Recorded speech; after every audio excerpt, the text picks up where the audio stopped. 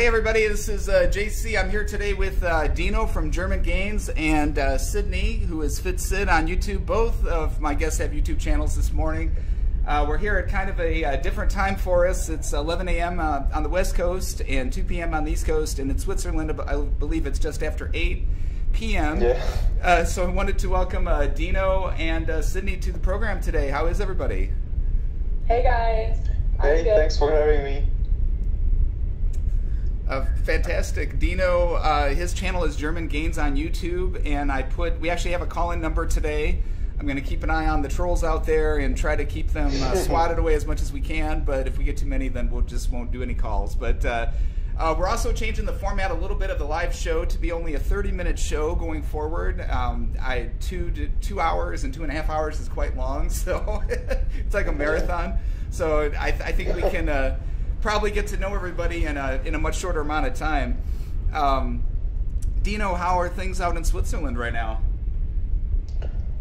Actually pretty good. I mean, we have pretty bad weather as usual.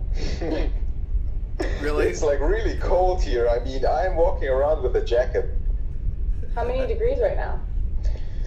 Ooh, I think it's like 15 degrees Celsius. I'm not quite sure how many Fahrenheit that is. That's like 40 degrees. Yeah, it's like pretty cold. That is, yeah, that's really cold actually. Yeah, our total summer here was just bad, terrible. A lot of rain, it was cold. You had like one day of sunshine and then the other day raining all the time. It was just horrific. It doesn't sound like a lot. It's warm in here today. I got to tell you, it's only 80 degrees in my garage. Sydney and I are in Phoenix, and it's been beautiful here lately. So this is our best time of the year in terms of temperature and things like that. Yeah, I will love that. Everyone's saying hi in the chat, by the way. Yeah, I just pulled the chat up. I was a couple seconds behind on that.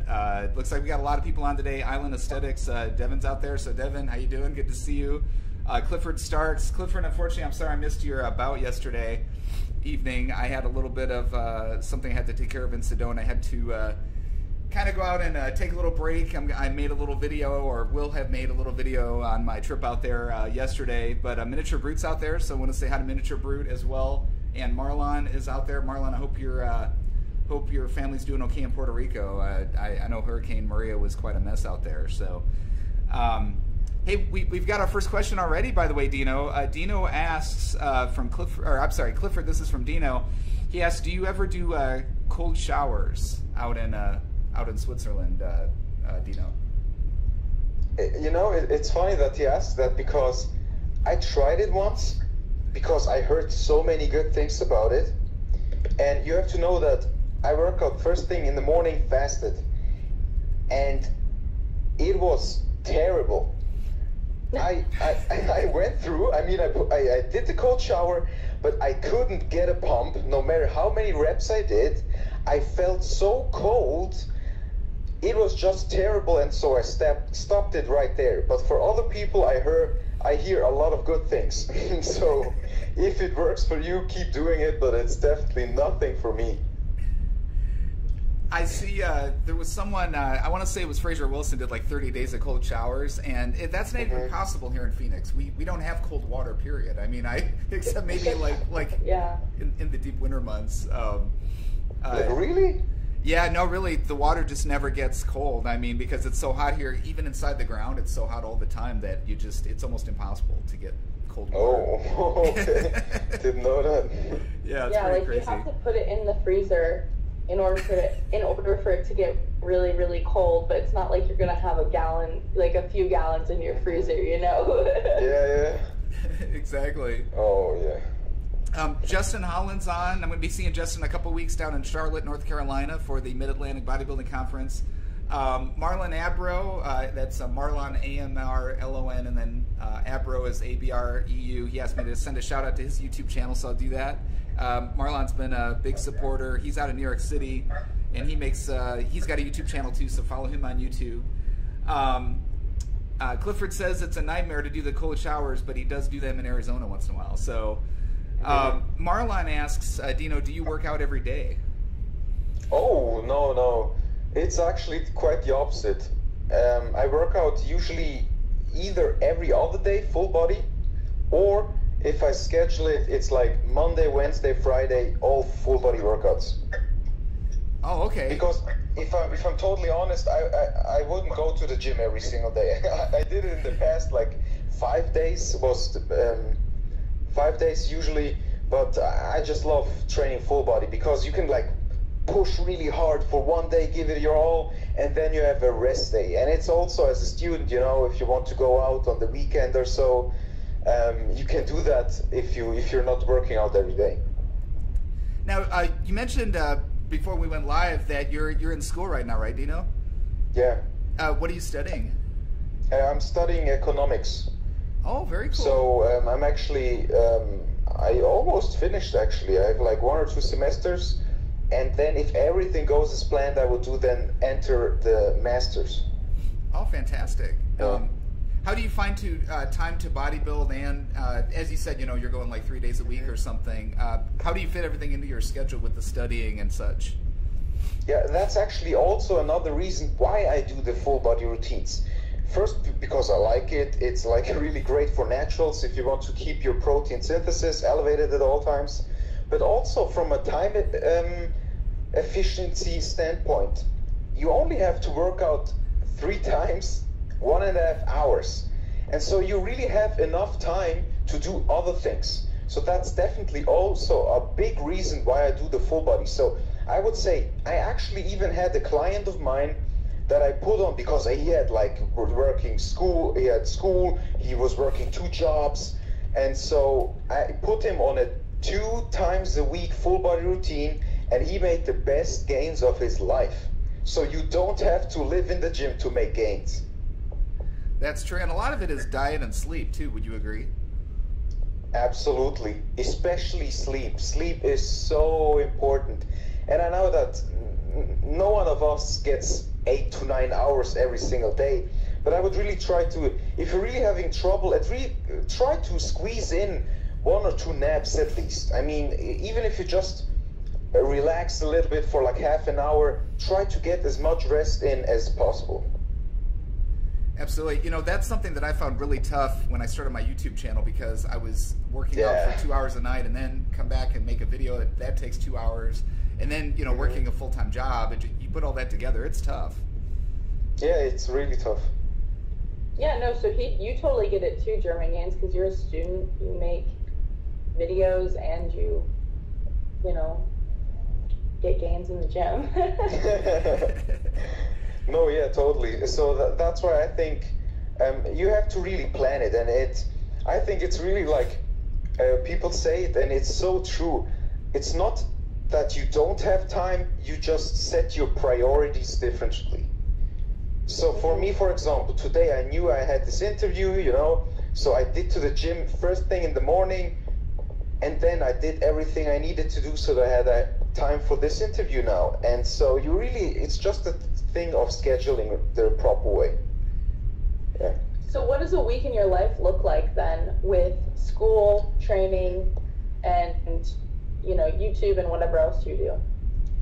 Yeah, so now I had time off because we were like on holidays because we didn't have semester. But usually I would like, if I'm able to do it because I have the school is like at noon or so, I will actually pack up my stuff in the morning, shower, go to the gym, hit it hard, then go straight to university, be there for a couple of hours, maybe get some food on the way or so, and then go home, study again, eat, do my YouTube stuff, and then in the evening I will try to spend some time with friends and family. But yeah, it can be pretty stressful, especially if you have a lot of exams coming up.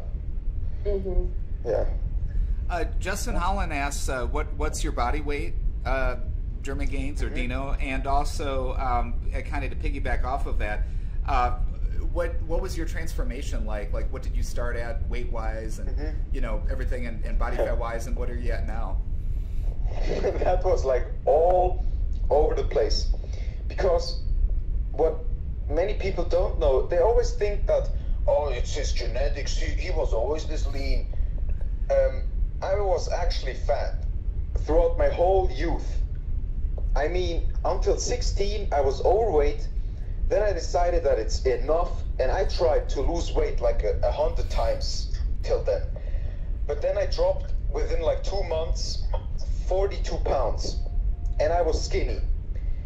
Then after like 2 or 3 years when I started working out, I dirty bulked, gained so much fat, then had to cut all the way back down to like 70 kilos, which is like 150 pounds or so.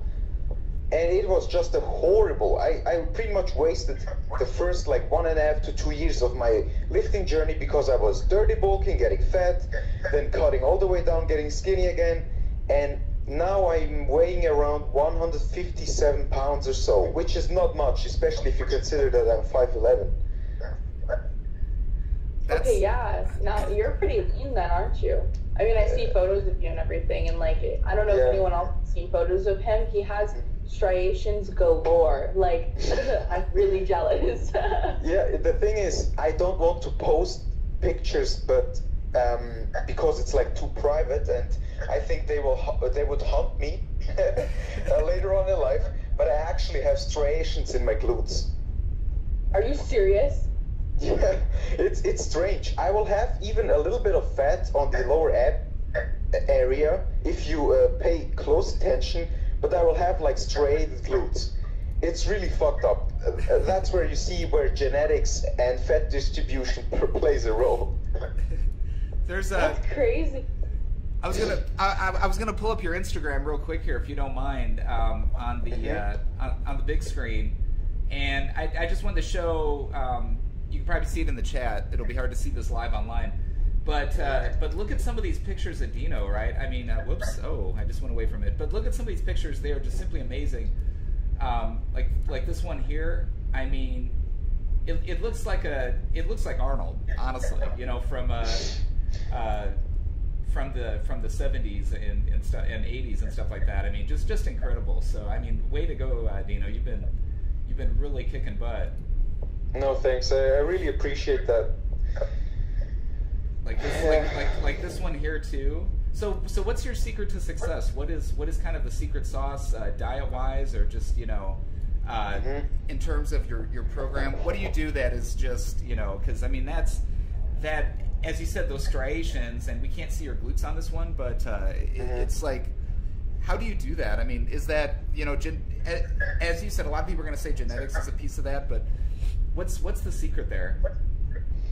I think, first of all, consistency above everything. Because too many people, even people that I coach, I really, I mean, of course, it's like their thing. They can do what they want. But when they tell me, oh, I have exams coming up, I can't work out for a month, I'm like, dude, are you serious? I mean, come on, at least get in one workout a week to just maintain. That's all I'm asking for. So it's really, and people, this is really advice that comes from my heart. Follow the great natural bodybuilders. And I'm talking about the true natural bodybuilders. I don't want to name any names, but people like Alberto Nunes, Jeff Alberts, those people, listen to their advice, or Eric Helms. So follow either I like a full body routine or an upper lower split. So get a lot of frequency in, frequency over volume, because if your frequency is high, your total volume will be high over the week, no matter what. Then what I found that works best for most people is keep your fats rather on the lower side. So don't eat too much fat. Try to get in 1 gram of protein per pound of body weight, just to be safe, especially when you're dieting, to keep satiation up and also supply your body with enough amino acids and so. And really carbs. I think too many people are afraid of carbs. And the thing is, most people make the mistake that they go high carb and high fat. And that's the problem. You have to choose either or. So I found that performance-wise, the people do best.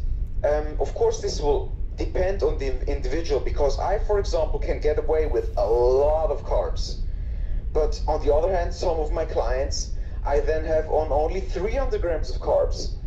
But really, it really depends. And if you see this show and you want to try this out for yourself, start slow. Start adding 20 grams of carbs, see what happens. Add 20 grams of carbs, see what happens. Don't jump up to 500 carbs and then wonder why you're getting fat.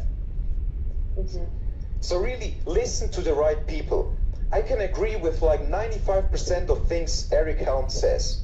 So don't listen to those like the professional bodybuilders, because I don't want to offend anybody, but 90% of things they say don't apply or aren't the best way to go for a natural athlete, just because you don't have those supplements, if you know what I mean.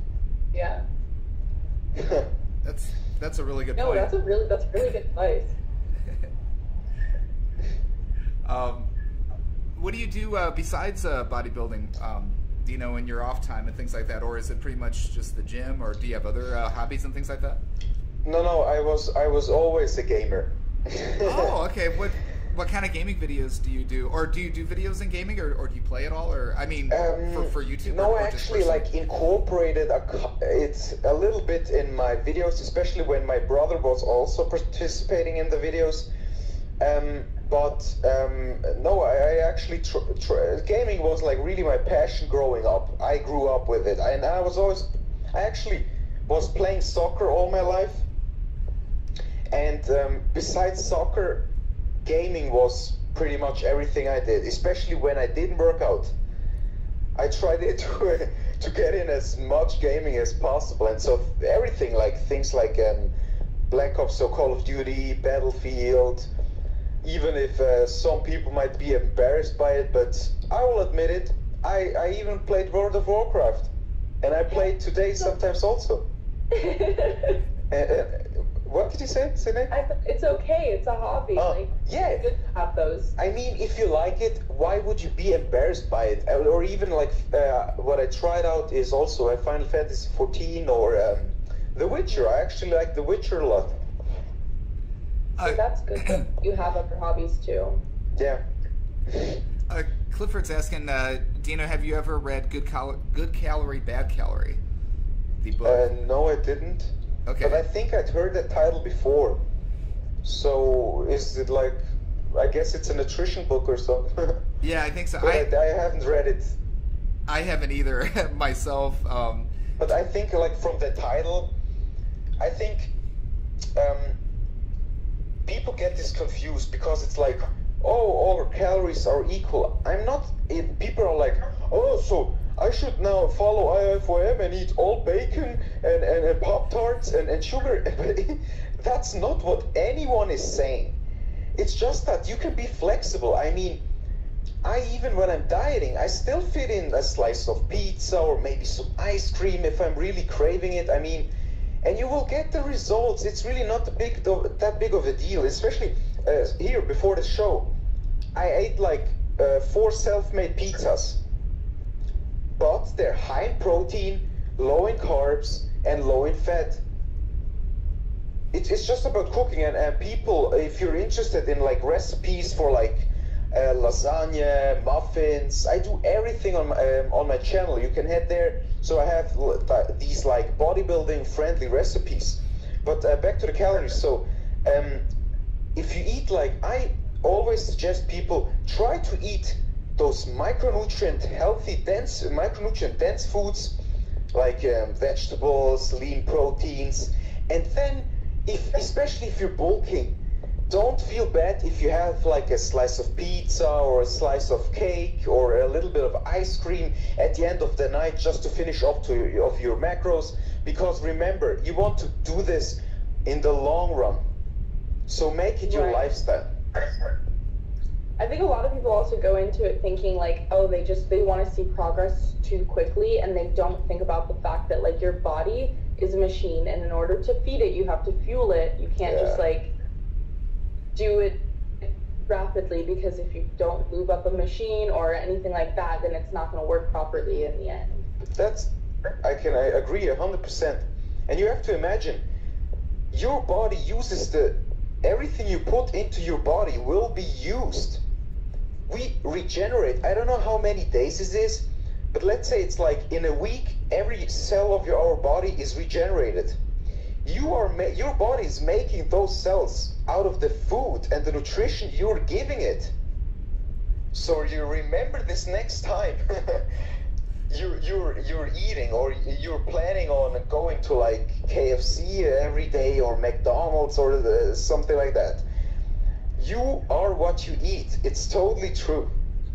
It really is. I mean, even yesterday I went to Sedona and I had homemade food the whole way there and back I stopped at different restaurants, and I just refused to eat like, you know, McDonald's and stuff like that. I didn't even have a taste for it. I think that's the other thing, is when you're away from it for so long, you kind of lose that urge to even have it. You know what I'm saying? It just it just gets gross, you know. But, and especially also if you've been eating a lot of really healthy, your body's used to it. And whenever I then, for example, if you then go to a cheat day, or you go to Burger King, you feel like absolute dog ass, if you know what I mean. Yeah. You can really feel how your body isn't used to that crap. And you're like hungry an hour later, even though you introduced like 3,000 calories in one meal. What's your favorite body part to work, or that shows up the best for you, Dino? The thing is, genetically speaking, I like my back the best, but something that I like to train like the most is the chest. Always been like that. Actually, like the first time I started, I pretty much only trained chest for like 3 months or so. What does your training routine look like when you go into the gym? What do you do first? What do you do next? You know, like, what exercises do you do? I found that for a natural lifter, you make the best progress if you do like heavy compound movements. Focus on the basics, not this pump and fluff workout like people starting with like freaking rear delt flies and then doing like deadlifts at the end. Mm-hmm. Just because they see pro bodybuilders like, oh, pre-exhausting. I mean, you can maybe do this from time to time or so, but I start with, let's say, the squats, then I will move on to some deadlifts, then I will do the bench pressing, and then I will do some isolation work, so rear delt flies, some things for your rear delts, a little bit of arm work to hit also the long head, because from all the pressing you're stimulating your short head of the tricep but not your long head, so doing some overhead extensions at the end or so, but really focusing on getting stronger over time, progressive overload on the big threes, and in general heavy compound movements. Actually, Justin Holland was just asking about the compound movements. Dino, what are your favorite exercises for compound movements to hit more than one muscle group at the same time? Mm-hmm. Yeah, so for example, my number one leg movement for the quads especially is the squat. I pretty much don't do anything else. Maybe at the end I might do maybe one set of high rep leg, not like leg extensions. I try to stay away from those. Those are horrible, guys, really, for your knees. And experts say that the load is really on your kneecap and not on your muscle. So yeah, sorry for that rant, but so I might do one set of leg press or so at the end, just to kind of burn out the muscle if I really feel like it. But other than that, then for the hamstrings, I really love deadlifts. Deadlifts are like my number one. Either trap bar deadlifts, if I want to put the focus more so on my legs, or otherwise regular conventional deadlifts, or even stiff leg deadlifts are also great for the hamstrings especially. Then, believe it or not, for the chest, I don't do any flat motions, except for maybe weighted push-ups. Other than that, I do only incline movements because I feel like no bodybuilder on this earth has a overdeveloped upper pec area compared to the lower pecs, especially if you're natural. Like, you can't have enough upper pecs. So I do like 90% of my chest work is incline bench pressing. And then at the end, I might do maybe some close grip bench pressing, or maybe some push-ups or so, just to burn out the muscle. Yeah, but the big threes are like the most important ones. I'm going to ask real quick if anyone in the chat has any questions for Dino with Germangains on YouTube. Be sure to follow Germangains. We're keeping JC Live down to about a 30-minute show going forward, or maybe slightly thereafter, but not much after, so that it doesn't go on for 2.5 hours. So just wanted to kind of put out there any questions.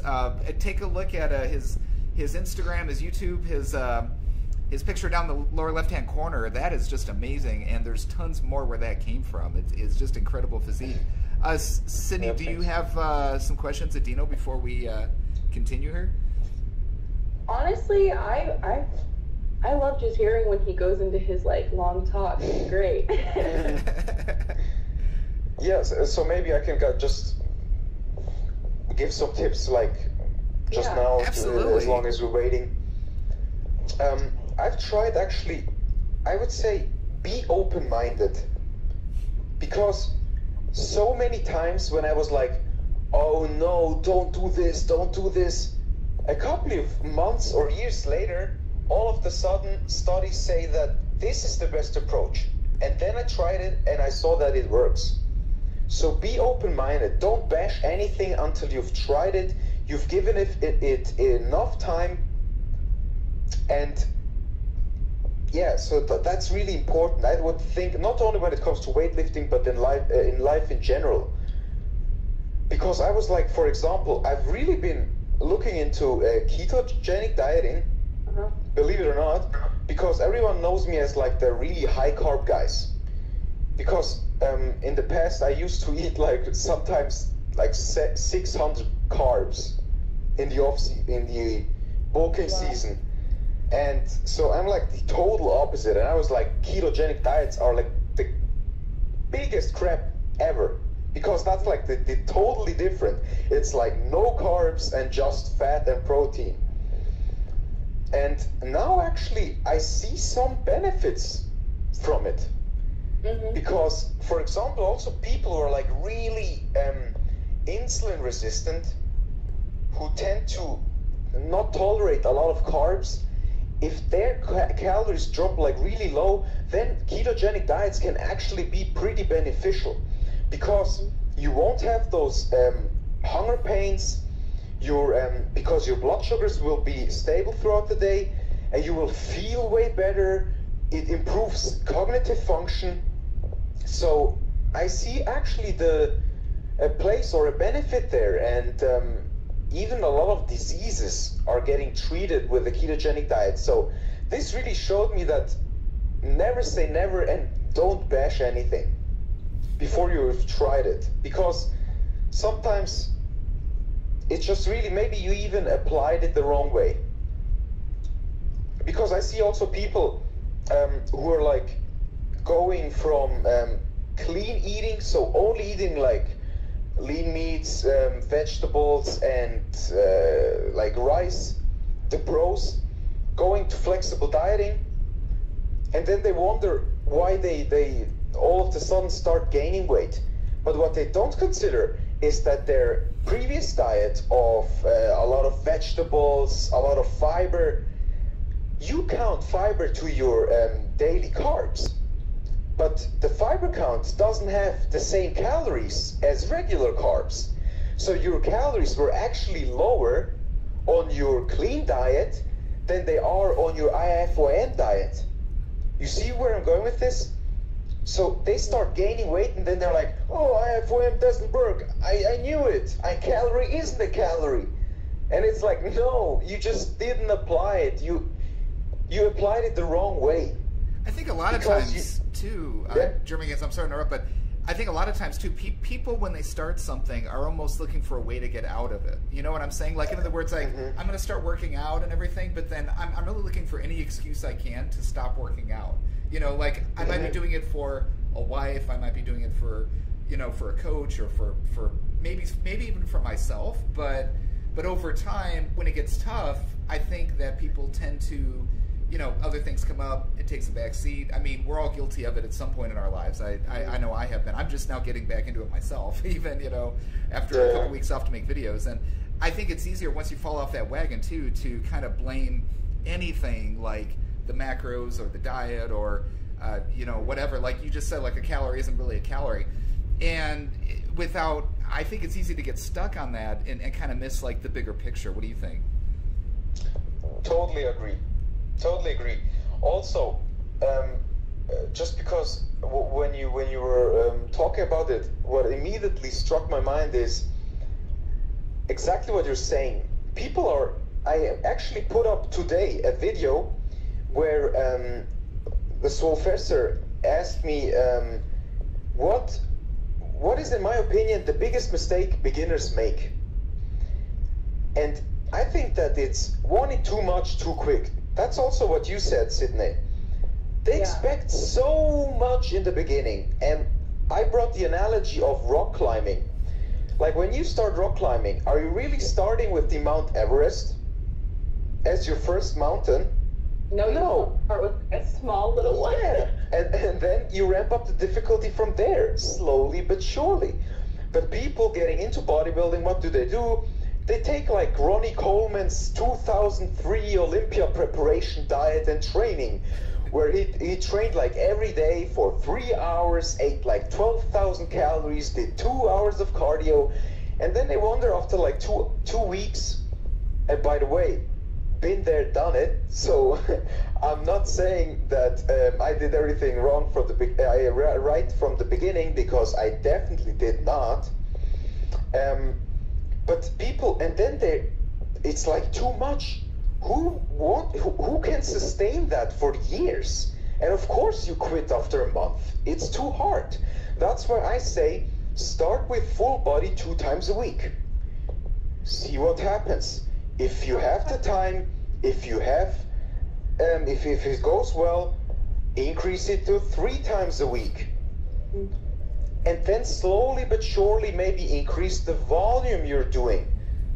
And try, because you have to remember, this isn't a sprint, this is a marathon. You have to incorporate this into your lifestyle. So don't make it too hard for yourself. We got a couple questions in the chat, Germangains. The first is, do you like using dumbbells versus barbells, or a little bit of both, or for, you know, body weight exercises? What are some flavors of exercises that you do? That's from, by the way, that's from PM Dre Fitness. PM Dre Fitness has his own channel on YouTube too, so I want to give a shout out to him. He's the one asking the question. Oh, is it PMDRE Fitness? Yeah, Space Fitness, but yes, that's right. Oh, yeah, shout out to him, because he's also a subscriber of mine, and I actually am also subscribed to him. So, great question. Yeah, I think actually everything has its place. I like to start with heavy barbell work, because you're able to push the most amount of weight. And I found it actually really hard to progress on dumbbells. I don't know what it is, but especially for the bench press, it's so hard to track it, because whenever it gets easier, I might do it a little slower, or I might increase the range of motion. And so I'm making it harder for myself because it's easier, you know what I mean? So I actually prefer barbell work, heavy barbell work, for like, especially for low reps, because I find it also a little dangerous to go really heavy with dumbbells. But then, for example, as a secondary movement, I think dumbbells are great, especially because you also have to use a lot of the stabilizer muscles, which is great. So, but I would start with like heavy barbell work, and then do maybe some incline dumbbell bench press or shoulder press afterwards. Manuel Meixner asks, can you make a video about how to put on weight? And maybe you have some of these kind of videos, but are there some videos on your channel? I'm going to be making some too, Manuel, as well. But do do you have some videos on your channel about mass ganging? Not so much cutting, but I have like, I think I have like 5 how to lean bulk videos. Because, I mean, it's really simple, guys. Just if you find out what your maintenance is, and then go a little bit over. And most people will say, increase it by 500 calories to gain 1 pound a week. I think that's way too much. I think start with 100 calories. See what happens with the weight and the way you look. And really, I haven't weighed myself in like weeks. Just because I think the scale sometimes messes with your mind. If you gain too much, you're like, oh fuck, I'm getting fat. Then if your weight drops 2 pounds, oh no, I'm losing weight, I'm doing everything wrong, I'm losing my gains, you know?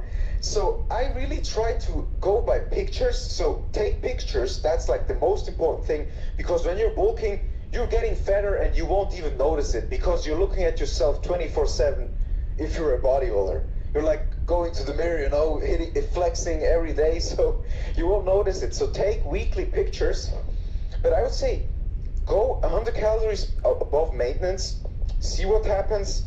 If your strength goes up, keep it there. Really focus on getting stronger and how you're looking in the mirror. Don't pay too much attention to the scale. I actually try to gain like 1 pound a month. I know it's hard to track, but just like on average. And then if your strength isn't going up, maybe there's something wrong with your recovery or training, look at this first. If not, if everything else is okay, then increase it another 100 calories and go from there. Fitness Assassin asks, when do you get it? Shout out to him. Yeah, he's a really great supporter of a lot of our channels as well. He asks, when do you get in abs? What was? I'm sorry. How often do you do abdominals? Oh, abs. Abs. I'm sorry. I'm a little stuffed up today from my sinuses are killing me. I actually do it every time I'm in the gym. Oh, okay. At the end of the workout, so I will do like a movement, so like maybe cable crunches to hit like really the abdominal area. Then I will do something like hanging leg raises or so for the lower abs, because I think for most people the lower abs are underdeveloped, me included, so I'm definitely working on it. And at the end I will hit some vacuums to really focus on like the inner abdomen. Oh, it looks like you're... So, oh, there you go. Your video froze there for a second, but I think it's back. Maybe. Yeah. Way unused. So you would like suck in your belly, and you sucking in and squeezing at the same time. And it hurts. If it doesn't hurt, you're doing them wrong. It's really like that. So you will do this, and please, I have heard this from people like, oh, hit your abs in the beginning of the workout. That's like the worst thing you can do. I mean, do you really want to pre-exhaust your support system before you do your heavy combo movements? Don't do that, guys. I've heard this pro bodybuilders talking about if you want great abs, do them before everything else. No, do them at the end of your workout. Yeah, then you don't compromise your exercises too, because when you're use core in so many things, and a lot of people don't realize it because they try to use just like that one simple muscle group that they're trying to hit, but then in reality, like, you should be using your core if you have proper form. Most definitely. And I'm also a fan. I do a ton of actually beltless stuff. So I will do squats, bench press, deadlifts, everything without a belt, to really force your your core, to really develop that core strength. It's so important. Your core is like the base of your body, so you have to build it up. And it's like really horrifying if I see people like doing even like curls with a belt on. For sure. The belt has a purpose. I don't use the belt a whole lot. I used to in my 20s, but now I want to build up my core and my back at the same time evenly. So I tend not to use the belt at all. But I'm also not using such heavy weights that I'm going to kill myself either, you know. So I think that's important too, especially as you get older. You don't want to overexert yourself to the point where not so much overexert yourself. You don't want to put yourself in a position of danger where you're going to have injury either, and especially starting out.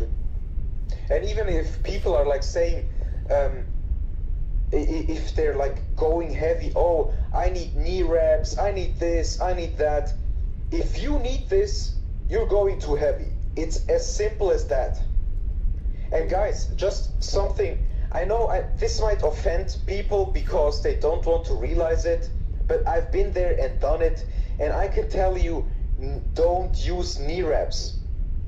Use full range of motion. If you are having knee pain doing leg pressing or squats, you're doing them wrong. And trust me, I know what I'm talking about, because I actually have been having and still had knee pain growing up. I had something which is called morbus Schlotter syndrome. And so I couldn't even do sports, run or climb stairs. And I was blaming. And then when I did like half rep squats or the leg press only to like 90 degrees or so, because I was like, oh, if I go any deeper, I will fuck up my knees. No, it's actually the opposite.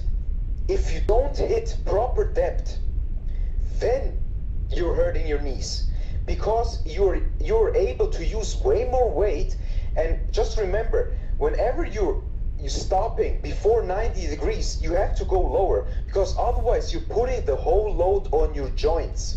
So if you're having knee pain, reconsider your form. Just something I want to get across of you, because guys, this is so freaking important. You want to be able to walk when you're 40.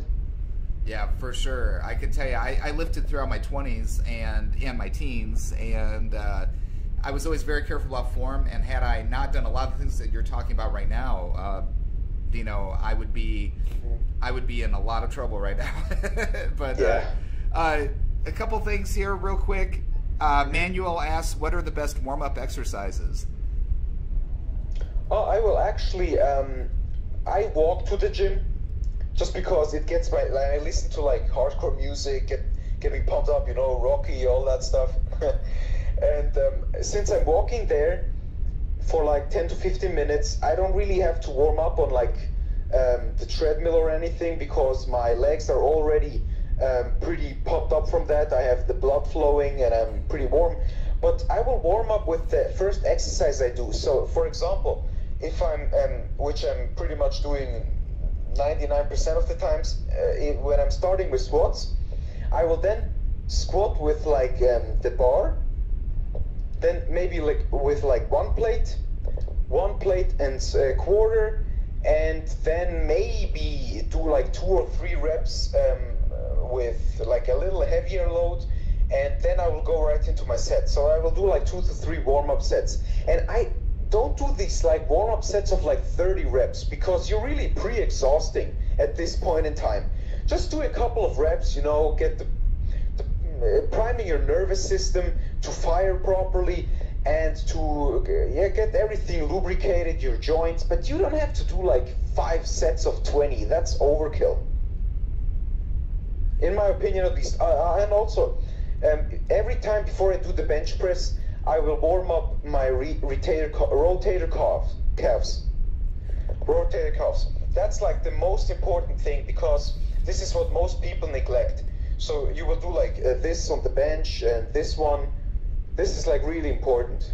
Get those warm before you do the bench press. Have you also, between sets, have you ever done positions of flexion where you basically tense as much as you can? So you take a small rest break, maybe 20 seconds, and then you compress as much as you can, like for chest or for back. You might you know, elongate the back, and basically you're doing posing in between. So it's like 20 seconds break for rest, maybe 20 seconds of positions of flexion, and then another 20-second break of rest, and then you get into your next set. So about a minute between sets. I don't do it every set, but I find that also helps to keep everything warm and lubricated while you're moving through the workout. I would hit a couple of shots maybe in between just to see how I'm looking.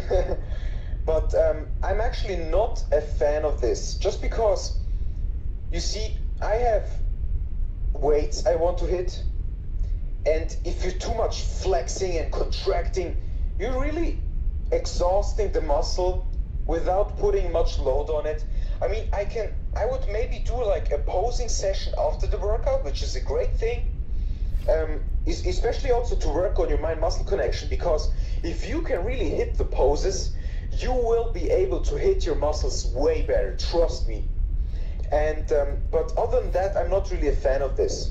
And also what I said, also a tip of mine is rest enough, guys.